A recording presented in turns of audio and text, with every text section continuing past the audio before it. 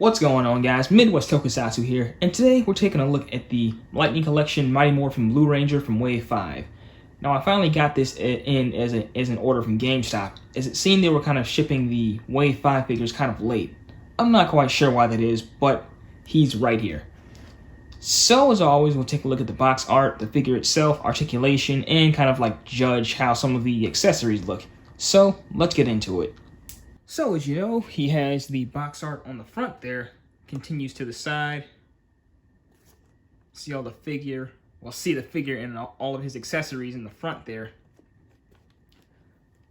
Go to the back, he got a full shot in a pose. Over to the side. Another picture of the box art. Bottom, Lego mumbo jumbo, and nothing on top. So initial thoughts out of box, at least when it comes to its body mold, it looks pretty much the same as MMPR Red because I believe that they'll just use the same body mold for the male figures with the exception of white and possibly green, of course, because they have a couple of different molded pieces. But as far as that goes, it looks just the same as Red, so judging from that, it looks just as it should. Nothing's off as far as I can tell right now. And then as far as accessories go, you get, of course, an extra pair of hands. These are just closed fist. Twin power lances. And then for their combined mode, it actually gets a separate piece all to itself. An effects piece.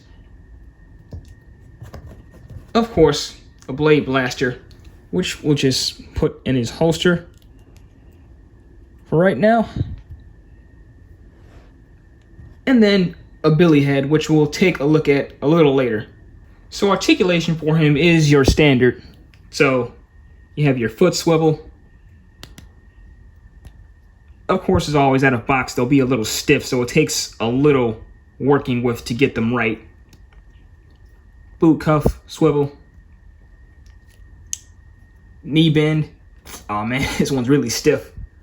There we go. Upper calf swivel. Leg on a ball joint. Matter of fact, without the holster in the way, I can show it off better here.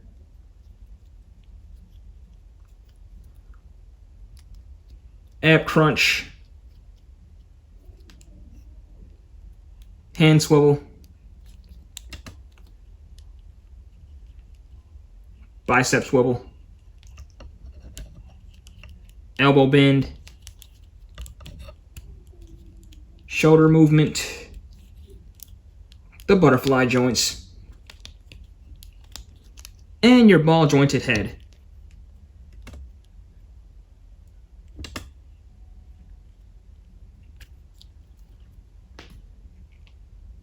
And I forgot to mention it's got the Triceratops power coin in the middle. So when it comes to figures, of course, that's going to be the one and only difference as far as the body goes.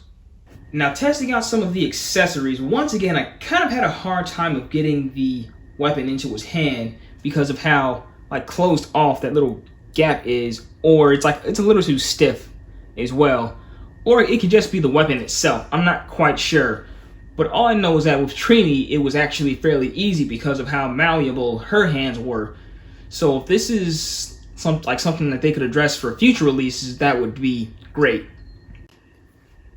So here we've got him with his lance combined, and I've got to say, I never really knew like where that extra piece in the middle came from. Like, is it the fact that the pieces get longer and like they kind of like meet in the middle? Like, I don't know. Like, that's not an issue with the toy, of course. It's just my personal questions from how it works in the show. Here's the effects piece. Looks like he's raining down thunder almost like Thor.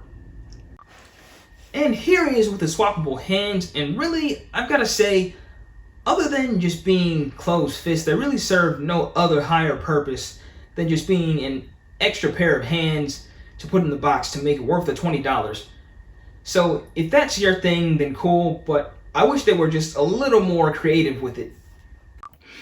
So before we get into the civilian head, I thought I'd make a quick note on the quality of the helmet sculpt here as compared to the prop on the show. And for the most part, it looks close enough. Though I think the one here looks a little more rounded off instead of like kind of angled like the actual one looks. Other than that, like everything detail-wise is there. Nothing is missing as far as paint. Well, I mean on the helmet shouldn't be, right? Silver horns, golden eyes, and even the silver stripe across the visor. So yes, this is completely serviceable. And last but not least, we have Billy's civilian head. So I'm really just relieved at how well this came out, because we've had a lot of duds in the past when it came to civilian heads. And of course, when we first saw the press release photos for him, he just looked absolutely horrible. Like, I even asked David Yost himself, and he didn't like it either. So I'm not sure if they fixed it in production or if it just looks better in person, but it looks good here. And I'm not sure why, but I was kind of under the impression at first that you could like just remove his glasses, but apparently that's not the case. So if anyone knows anything about that, I would love to know. It would kind of give him like that season 3 look.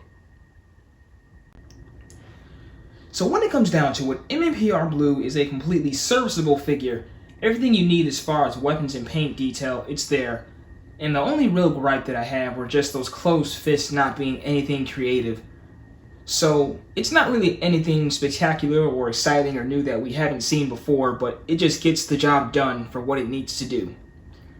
So that's about all I have for you today. So be sure as always to like, comment, and subscribe. Be sure to like my Facebook page at Midwest Tokusatsu. We're also on Twitter, Instagram, and also Patreon. And this is your captain signing out.